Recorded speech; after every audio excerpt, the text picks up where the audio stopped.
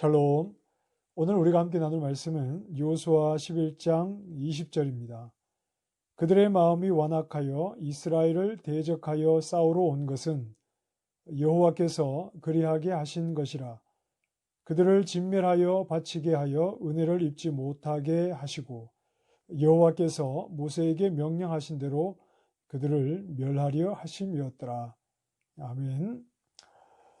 네, 여호수아 11장은 이제 이스라엘 백성들이 가나안 땅에 들어가서 싸운 전쟁의 마지막 부분을 이렇게 정리를 합니다.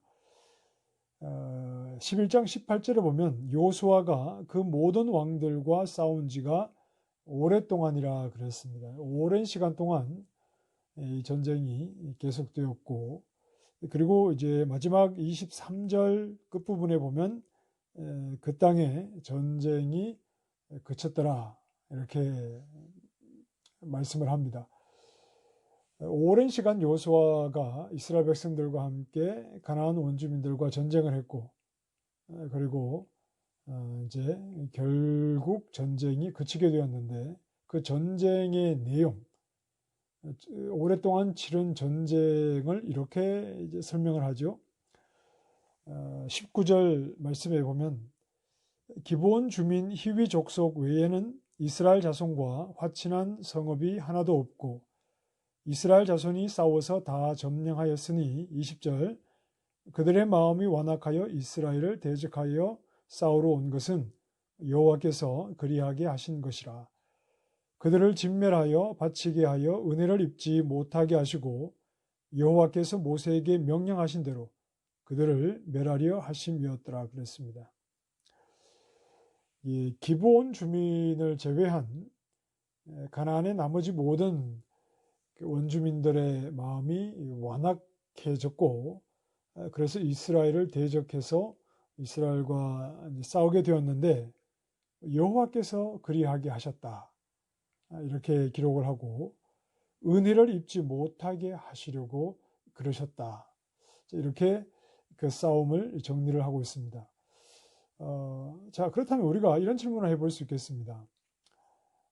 이스라엘과 전쟁을 치르게 되는 가나안, 이 가나안 사람들이 이스라엘을 대적하는 것이 정상적인 모습입니까? 아니면 기본 사람들처럼 싸우지 않고 이스라엘과 화친을 맺는 것이 당연한 것일까요?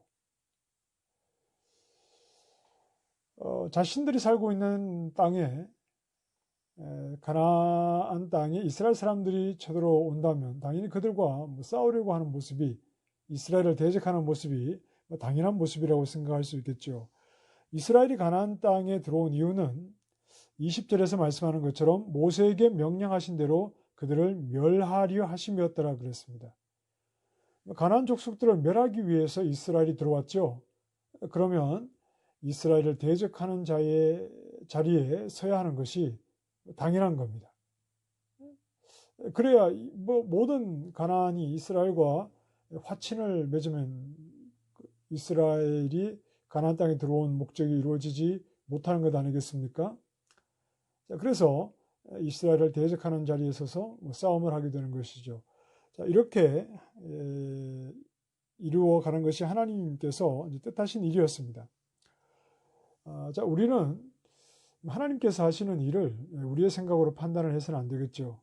우리의 입장에서 어떤 평등과 공평을 내세우고, 공평하고 평등하기는 모두가 죽어야 하는 것이, 죄인이라면 하나님 앞에 다 멸망받아야 하는 것이 가장 평등하고 공평한 그런 것이겠죠. 하나님께서 지으신 세상에서 그분의 뜻대로 이루시는 것이 가장 선한 일입니다.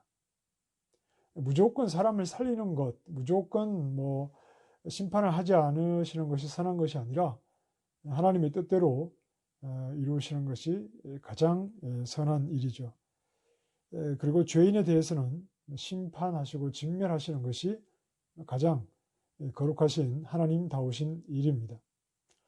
그런데 여기서 한 가지 예외가 있는 것이죠. 바로 기브온 주민들입니다. 기본 주민들은 가나안의 모든 족속들이 연합군을 이루어서 이스라엘과 전쟁을 하려고 할 때 그들 속에 들어가지 않습니다. 대신에 그들은 그들과 함께하지 않고 이스라엘의 종이 되려고 하였죠. 오늘 말씀의 표현을 따르자면 모든 가나안 주민들은 은혜를 입지 못하게 하시는 자리에 서게 되었는데 그들과 함께하지 않은 기본 주민들은 은혜를 입는 자리에 나오게 되었습니다. 어떻게 그렇게 되었을까요?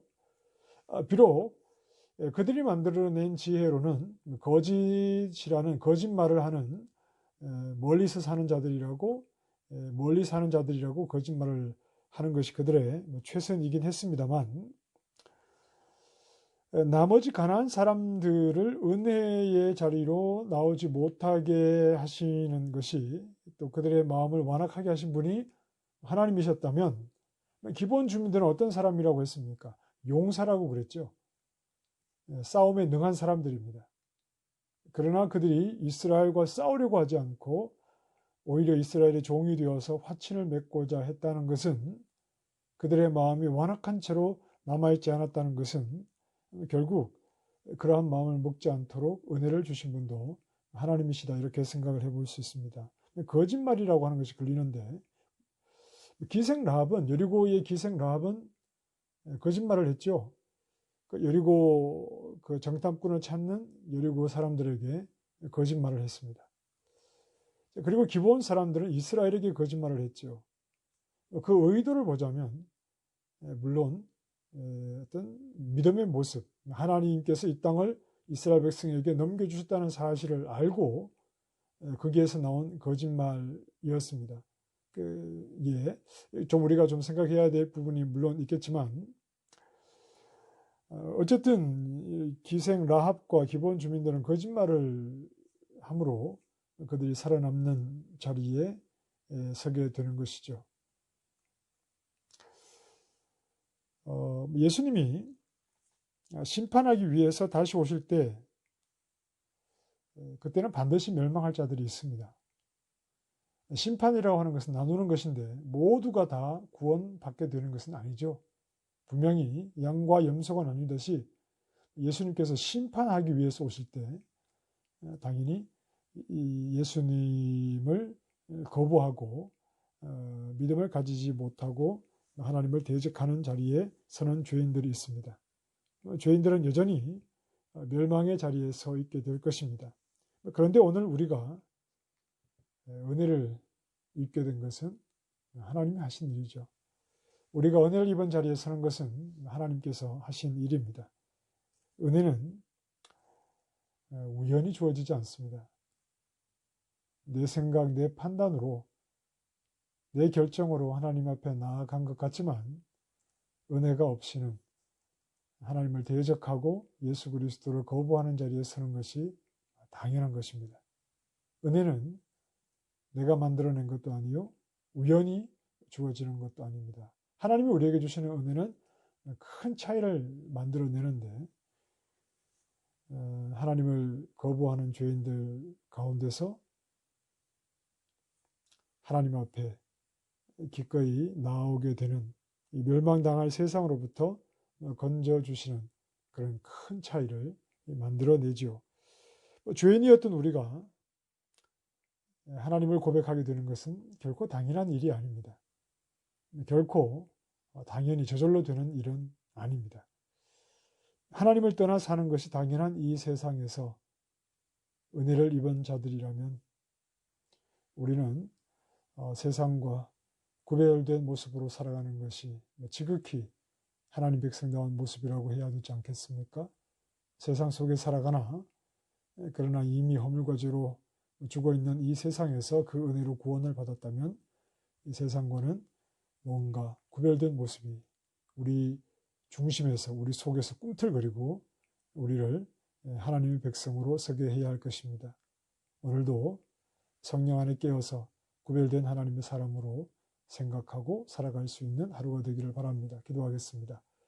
하나님의 은혜가 멸망받을 세상으로부터 우리를 건져주셨습니다. 이것이 세상에서 살아가는 우리가 가지게 되는 가장 큰 차이점입니다.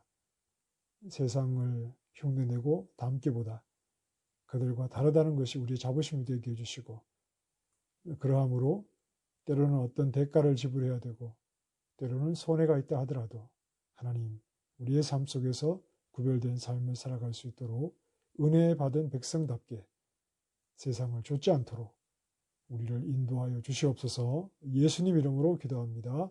아멘.